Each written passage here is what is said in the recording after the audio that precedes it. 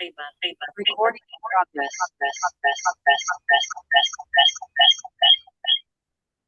Kumusta po yung signal natin, ma'am?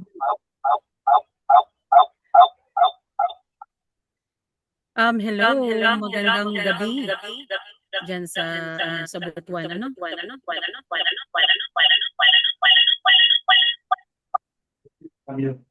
Ma'am, parang nag-commute po ata, ma'am. Oh, sorry. Check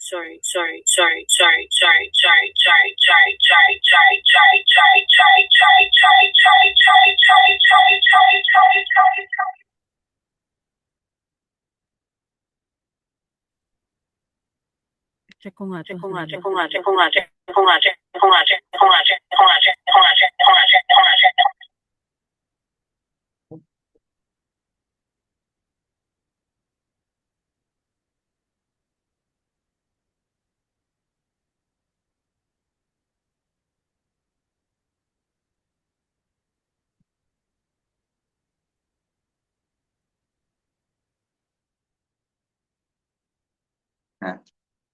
Yan. Oh. Okay. Hello? Yeah. Hello, ma'am. Kumusta po kayo diyan, ma'am? Okay na po yung signal dito. Kumusta po yung signal natin? Okay na, kasi para dalawa kasi yung parang na-open ko, kaya nagfi-feedback. Sabi ko, ba't Anyway, naka-record na ba tayo? Okay. Sandali. Ma'am, nais po namin alamin kung bakit po bumaba no, ang supporters no, ni Sir Keir Starmer sa Labour Party po, ma'am. Oh yes, sa araw nga na ito no na nalaman natin na nagbaba sa pwesto itong aming Prime Minister dito sa England, which is si Mr. Starmer. Kasi marami na rin sa mga botante dito sa UK hindi kasi nararamdaman o nakakaramdam ng malinaw na pagbabago araw-araw sa buhay namin dito. So yun yung isa. And then ang mga ano dito uh, citizen, yung cost of living. Mahal pa rin yung buhay namin. Mahal pa rin yung parang every year nag-i-increase yung mga bills namin. Tapos this is what they called it's painfully slow. Although marami naman siyang nagawa, pero yung cost of living namin talagang yung hakbang ng gobyerno ay hindi tulad ng na pagtaas ng minimum wage at pagbawas ng energy bills kasi yung energy bills namin dito sobrang mahal. Parang every year talagang we have to face these changes.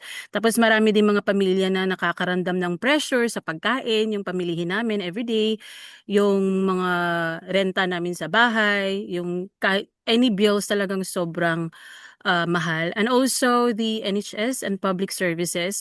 So marami ding mga botante na obviously umasa na mabilis ang ikakaganda ng NHS namin, which is our national healthcare. Siyempre yung waiting list nandun pa rin. So for example, if you require an urgent care siguro, talagang mag-aantay ka pa.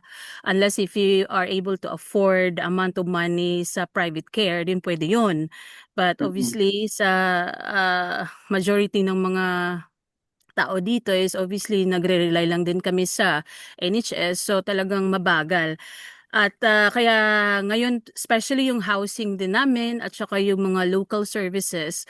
So kapag mabagal ang pagbabago, obviously bumababa din yung tiwala namin sa gobyerno or yung mga tao sa gobyerno. And also the immigration issue, so medyo marami ding issues sa immigration.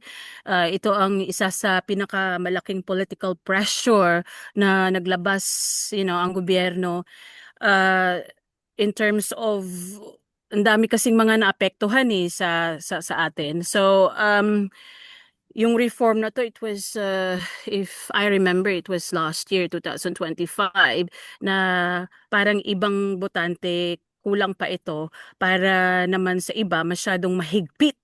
No, talaga mahigpit na yung immigration dito sa United Kingdom. Hindi katulad nung mga 5, 10 years, 20 years ago. Talagang at saka we also have the disappointment mula sa labor voters din na yung mga bumoto sa Labor noong 2024 ay umasa din na, we need to have a quick action sa pagbabago kasi previously we have the other party which is the Conservative, and then also nung pumasok na yung Labor Party parang lahat ng mga labor voters nag-expect ng mabilis. But Mhm. however, meron din namang nagawa yung Labor Party natin under the leadership of Mr. Starmer. So, yeah. So sa kabuuan, ma'am, kumusta po pala yung pagpapatakbo ni Starmer diyan po sa United Kingdom? Well, to be honest with you, so hang on, I have to ask your name first. Sino who I'm Bumboy speaking Steve to? po, ma'am. Bumboy Sino? Steve. Bumbo Bumboy Steve! Steve po. Yes Ay, po. basta radyo! Bumbo! Di ba? Naalala natin dyan.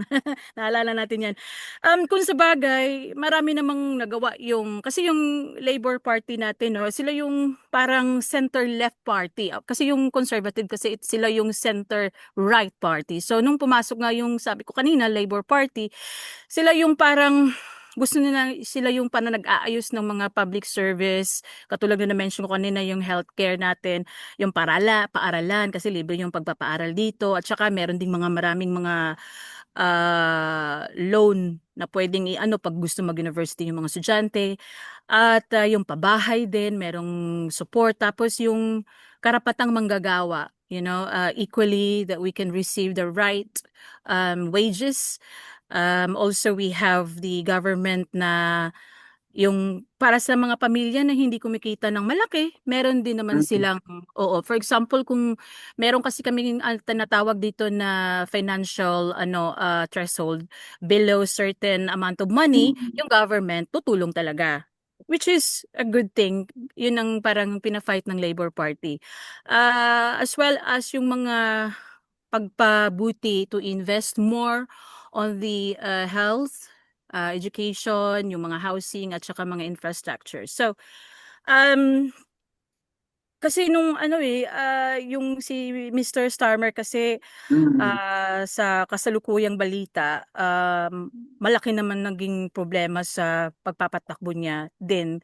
Kasi nga, according to the news dito, no, today, they actually, my friend just messaged me this morning, sabi niya, oh, bumaba si Prime Minister natin sa kanyang pwesto. Sabi ko, oh my goodness, and this is what I've got as well. It's good to know. Meron pala akong connection ngayon sa araw na to. So, may mga positive naman siyang kabutihan na nagawa. Kaso nga lang, Mhm. slow process lang siya. The people would Ah. like to have it like fast. So, meron naman siyang positive. Like, for example, yung tinatawag natin na disposable income. Minsan Mhm. dati hindi ko naintindihan, ano yung disposable income? So, for example, pag ang isang tao kikita ng ₱2,000, so kukunan niya ng ₱400, Mhm. it's our tax. So yung disposable income na yun na natira, yung 1,600 na yan, yun yung disposable income that to pay our bills and everything that we need. However, kung yung 1,600 from the Philippines point of view, kung i-convert yan, oh, ang laki ng sweldo, ang laki ng ganito. Pero sa dami ng bills namin, taon-taon nag-i-increase. To be Mhm. honest, yung ₱2,000 na yan, it's not enough. Parang, I can't go out to have a coffee outside, or maybe I can't go for a holiday. If I am a single parent with children, it's not enough. Mhm. Tapos, Pero ma'am, taon-taon kami maliwanag nag-increase. Sorry. po. Ma'am, maliwanag na po ba na si dating Manchester Mayor Andy Burnham na nanalong sa by-election ang papalit po sa kanya, ma'am? At the moment, wala pa kasi kaming at the moment, parang hinahanapan pa ng kapalit sa kanya. So, at the moment, wala pa talaga akong news about who's taking over. Kasi, obviously, pagdidesisyonan pa yan Mhm. ng mga, doon, yung mga officials natin. So, I'm sure it will be announced maybe, I don't know, today or within Mhm. this week. And then, obviously, it will be announced worldwide. Okay, sige. With that note po, ma'am, once again, maraming salamat po sa oras na ibinigay nyo sa amin dito sa Bamburati Butuan. God bless po. Oh, Bombo Radyo! Thank you. Maraming salamat. Thank you. Salamat. Thank you Thank you. po.